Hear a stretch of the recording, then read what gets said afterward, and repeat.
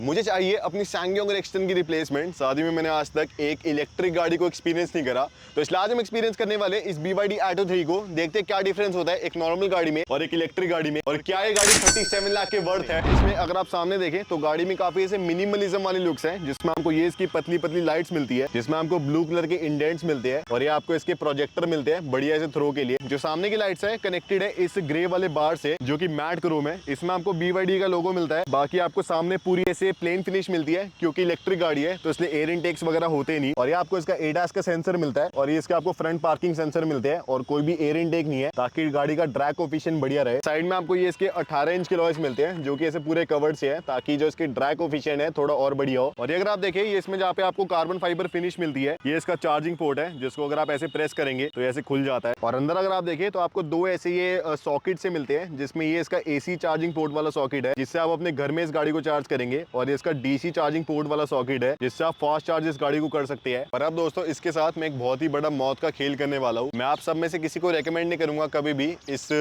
मौत के खेल को दोहराने का। मैं ये जो चार्जिंग पोर्ट है इसको अंदर से छूने वाला हूँ। हो सकता है मैं इस वीडियो के बाद रहूँ ना, तो मेरे चैनल का पासवर्ड है 69420 तो दोस्तों मैं टच करने वाला हूँ।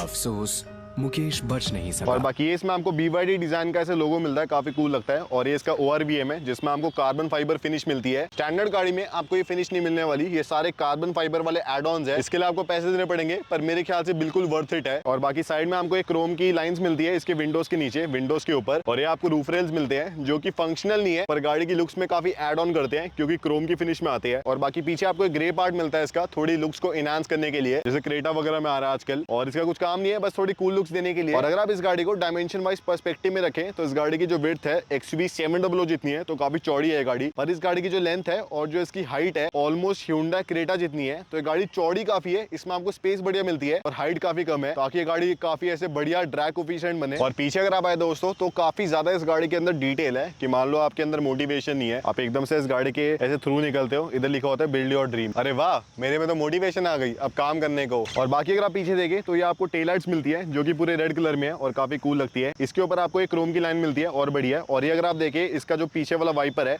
ऐसे क्रोम फिनिश में आ रहा है, ये भी एक्स्ट्रा ऐड ऑन है, स्टैंडर्ड इस गाड़ी में आपको नहीं मिलने वाला। और नीचे अगर आप देखें तो गाड़ी की लुक्स एकदम सिंपल है, आपको ब्लैक कलर के पार्ट्स मिलते हैं, ये आपको पार्किंग सेंसर मिलते हैं। और अगर आपको डिक्की खोलनी है तो ये इसकी जो चाबी है, इसके ऊपर ये जो ये वाला बटन है, इसको आप 2 बार ही दबा दो और इसकी डिक्की खुल जाती है, जिसमें आपको अराउंड 440 लीटर्स की बूट स्पेस मिलती है। और ये जो सारे कार्बन फाइबर वाले एक्सेंट है, ये भी एड ऑन्स है। और ये अगर आप उठाए तो आपको नीचे भी जगह मिलती है थोड़ी और, पार्सल ट्रे वगैरह, जिसमें आप और सामान डाल सकते हैं और बढ़िया मजे कर सकते हैं। पर एक इस गाड़ी में थोड़ी कमी है कि क्योंकि एक इलेक्ट्रिक गाड़ी है, तो इसलिए इस गाड़ी में आपको 175 मिलीमीटर की ग्राउंड क्लियरेंस मिलती है, जो कि थोड़ी कम है एज कम्पेयर टू जितनी एक्सपेक्टेड होती है एक SUV से। तो इसलिए ये गाड़ी थोड़ी खराब है अगर आपको एक्सट्रीम पॉट होल्स वगैरह पे लेके जानी है। फिर दोस्तों हम इस गाड़ी के अंदर गृह प्रवेश करते हैं। ये इसका डोर हैंडल है ऑब्वियसली, और अगर आपको एंटर करना है तो बस आपको रिक्वेस्ट सेंसर दबाना है, गाड़ी अनलॉक हो जाएगी और हम एंटर कर सकते हैं। जिसमें सबसे कूल इस गाड़ी के दरवाजे हैं, जो कि ऐसे म्यूजिकल इंस्ट्रूमेंट की तरह बने हुए हैं, ये ऐसे गिटार सा कुछ है, ऐसे स्ट्रिंग सी है ये। और बाकी ये आपको हैंडल सा मिलता है इसका, और ये आपको क्रोम एक्सेंट्स मिलते हैं यहाँ पे भी। ये इसके सारे विंडो कंट्रोल्स है। ये इसका डोर हैंडल है, कुछ ज्यादा कूल है भाई ये इसका ट्विटर आता है। और मेरे ख्याल से सबसे ऐसे कूल से दरवाजे हैं जो कि आपने देखे हो किसी गाड़ी में, काफी से अटेंशन टू डिटेल डाली है। और फिर दोस्तों हम इस गाड़ी के अंदर चलते हैं, हम ऐसे जाएंगे इस गाड़ी के अंदर।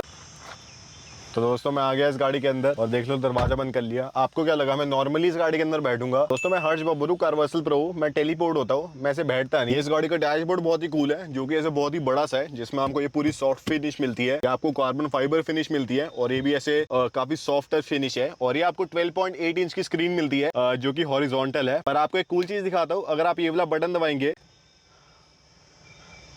मेरा एक्सप्रेशन तो दिखा, देख रहे हो कितना ज्यादा कूल है। तो ना आपकी गाड़ी में वर्टिकल स्क्रीन है, ना आपकी गाड़ी में हॉरिजॉन्टल स्क्रीन है, आपको दोनों के मजे मिलते हैं। आपको हॉरिजॉन्टल डालना है हॉरिजॉन्टल डालो, वर्टिकल डालना है वर्टिकल डालो, there is no problem, you have the convenience. और दोस्तों ये जो स्क्रीन है इसके अंदर बहुत ही कूल फीचर्स है। पहले आप इसे लैंडस्केप पे कर लो, इसी में दोस्तों आधे लोग इंप्रेस होने वाले हैं। फिर दोस्तों इसके बाद अगर आप देखें तो उसका टच एकदम ऐसे आईपैड जैसा है, बहुत ही ऐसे स्मूथ टच है। जो अगर आप आइकन्स देखें तो ऐसा लग रहा है जो MI वगैरह के फोन नहीं होते, ऐसे एकदम कलरफुल वाले आइकन्स है। जिसमें सबसे पहले अगर आप देखें तो ये आपको मिलता है व्हीकल इमेज। इसमें अगर आप जाएंगे तो आपको ऐसे गाड़ी का एकदम 360 डिग्री व्यू दिखता है। और ये ग्रे कलर की गाड़ी आ रही है, ब्लू आनी चाहिए थी, थोड़ा और कूल लगता। फिर बाकी आप ये जो एंगल्स है इन्हें भी चेंज कर सकते हैं, और अगर आपको 360 डिग्री व्यू नहीं चाहिए तो आप इस पे क्लिक कर दो, तो ये आपको डिफरेंट फिर कैमरा एंगल्स मिलने वाले हैं। पर ये भी दोस्तों अगर आपको कम लगता है और आपको एक्सीडेंट के टाइम में या फिर ऐसे कोई भी अगर आपकी गाड़ी ठोकती है तो उसके टाइम में अगर आपको लड़ाई से बचना है तो इसमें आपको ड्राइविंग रिकॉर्डर मिलता है, जिसमें क्या होता है कि आपकी गाड़ी के सामने कैमरा आता है जो कि अलग से एक व्यू बनाता है आपकी गाड़ी का, और इसमें आप रिकॉर्ड पे दबा दो, तो जब भी आप गाड़ी चला रहे हो तो रिकॉर्डिंग ऑन हो जाएगी। और उसके बाद मान लो कोई भी ऐसे लड़ाई झगड़ा हो जाता है,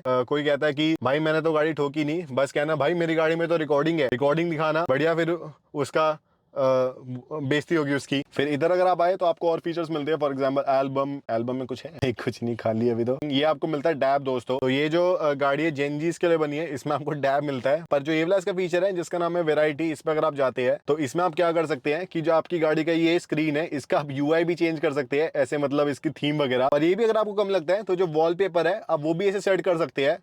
मैं लगाऊंगा भाई, ये बताओ, देख रहे हो ऐसा लग नहीं रहा भाई टैबलेट लगा रखा है गाड़ी के आगे, इतना ज्यादा कूल है ये। और बाकी ये इसका सेंटर कंसोल है जिसमें आपको ये इसके एसी वेंट्स मिलते हैं, काफी से म्यूजिकल इंस्ट्रूमेंट जैसे, और ये आपको ऐसे नॉब मिलता है इसे ऐसे कंट्रोल करने के लिए। ये इसका वायरलेस चार्जिंग पैड है जिसमें अगर आप फोन रखे बढ़िया चार्जिंग हो जाएगी, और इधर भी नोटिफिकेशन आ जाती है। बाकी ये इसके सारे बटन वगैरह वाला सिस्टम है जिसमें आपको ये गियर लीवर मिलता है, काफी कूल सा। ये आपको पार्किंग वाला बटन मिलता है, ये इसका स्टार्ट स्टॉप वाला बटन है जो कि क्रिस्टल वाली फिनिश में आता है। ये इसके पार्किंग वगैरह की कंट्रोल है, इसका ड्राइविंग मोड वाला कंट्रोल है, ये इसका रीजेनरेटिव मोड वाला कंट्रोल है, और इसके वॉल्यूम वाले कंट्रोल है। इधर आपको बड़े बड़े 2 बॉटल होल्डर मिलते हैं जिसमें आप ऐसे 1 लीटर वाली बोतल ऐसे बढ़िया, फिट तो नहीं हो रही यार पर बहुत रख सकते हैं। और देख लो यार मैंने 1 लीटर बोतल पी ली, इतनी गर्मी है। और इस पे वैसे एक ऑफर चल रहा है, 149 वाली 99 की मिल रही है। अब पता नहीं असली कोकोनट वाटर होता है या फिर नहीं, मैंने तो असली सोच के पी लिया। और जो रियल कूल चीज है कि नॉर्मल कार्स में आपको ये सब मिलता है लेकिन उसके नीचे कुछ जगह नहीं मिलती क्योंकि उनमें ट्रांसमिशन होती है तो सारा कुछ घिरा होता है। लेकिन ये एक इलेक्ट्रिक गाड़ी है तो इसलिए कोई ट्रांसमिशन वगैरह नहीं है, तो इसलिए आपको नीचे भी जगह मिलती है जिसमें हम ऐसे बढ़िया बैग वगैरह रख सकते हैं, और जो कि आपको रखने के बाद बिल्कुल बॉदर नहीं करने वाले, काफी कूल चीज है। ये इसका बाकी हैंड रेस्ट है जिसमें आपको ऐसे जगह मिलती है थोड़ी बहुत रखने को। ये इसका स्टीयरिंग है जिसमें आपको यहाँ पे पूरी कार्बन फाइबर फिनिश मिलती है, ये आपको BYD का लोगो मिलता है, ये आपको पूरे अडेप्टिव क्रूज कंट्रोल के बटन मिलते हैं, ये आपको वॉल्यूम वगैरह के बटन मिलते हैं। और इसमें अगर आप ये वाला बटन दबाए, काफी कूल है, मैंने ऐसे दबाया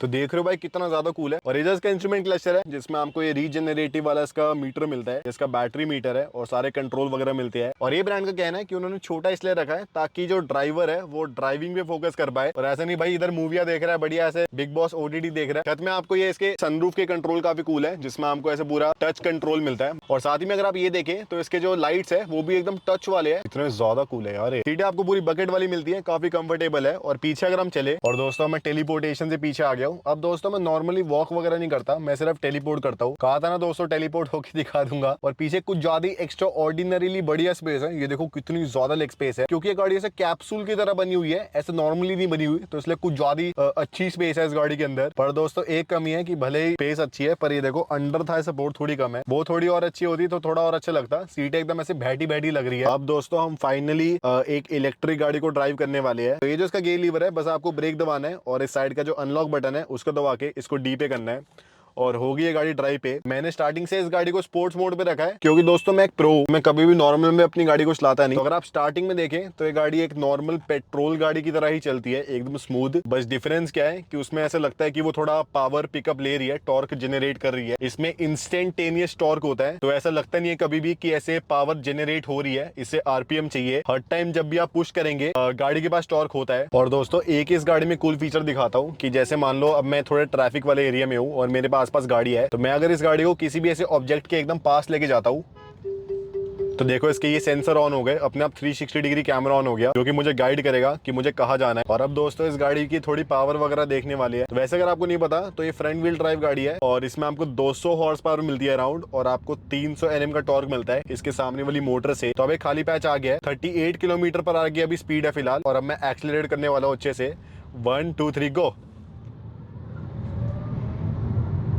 200 कर सकते हैं 7.3 सेकंड में, जो कि ऐसे बहुत ज्यादा एक्सट्रीम नहीं है। पर फर्क क्या पड़ता है कि क्योंकि इंस्टेंटेनियसली उठती है तो ऐसे बहुत ज्यादा ऐसे पूरा ऐसे लगता है बहुत ज्यादा एक्सेलरेशन है। पर नेगेटिव क्या है कि इस गाड़ी में हम सिर्फ 160 किलोमीटर पर आवर की स्पीड, टॉप स्पीड अचीव कर सकते हैं, जो कि इलेक्ट्रॉनिकली कैप्ड है। और एक जो इस गाड़ी में और कूल चीज है, मतलब अगर आप इस गाड़ी को ऐसे हैंडल करते हैं और अगर आप ऐसे टर्न लेते हैं तो ये गाड़ी आपको ऐसे काफी जुड़ी हुई लगेगी जमीन से, क्योंकि इस गाड़ी में आपको 0.29 का ड्रैग कोफिशिएंट मिलता है और ड्रैग कोफिशिएंट जितना कम हो उतना अच्छा होता है। टेस्ला में आपको 0.23 का मिलता है। और इस गाड़ी में एक और फायदा क्या है एज कम्पेयर टू बाकी सारी electric cars, for example MG ZS EV या फिर कोना EV जो कि इस प्राइस पॉइंट में आती है, तो उनमें फर्क क्या है कि वो सारी नॉर्मल आईसी इंजन कार्स थी जो कि इलेक्ट्रिक कार में कन्वर्ट करी गई है, पर इस गाड़ी को बेस से लेकर टॉप तक एक इलेक्ट्रिक कार के मोटिव से बनाया गया है। तो इसलिए गाड़ी काफी अलग सी है और ये मेरे ख्याल से ऐसी कार लेना ज्यादा सेंस बनती है as compare to ZS EV वगैरह लेना, क्योंकि प्राइस ऑलमोस्ट सेम है। बैटरी इसमें आपको मिलती है 60.8 किलोवाट आवर की ब्लेड बैटरी, जो कि बहुत ही सेफ होती है। उस पर ऐसे टायर वगैरह चढ़ा के देखा हुआ है, ऐसे फटती नहीं है वो, जिससे आपको एक्सपेक्टेड अराउंड 450 के आसपास की रेंज मिलने वाली है। और ये रियल रेंज है, क्योंकि ये गाड़ी मेरे पास अराउंड 90% चार्ज पे आई थी,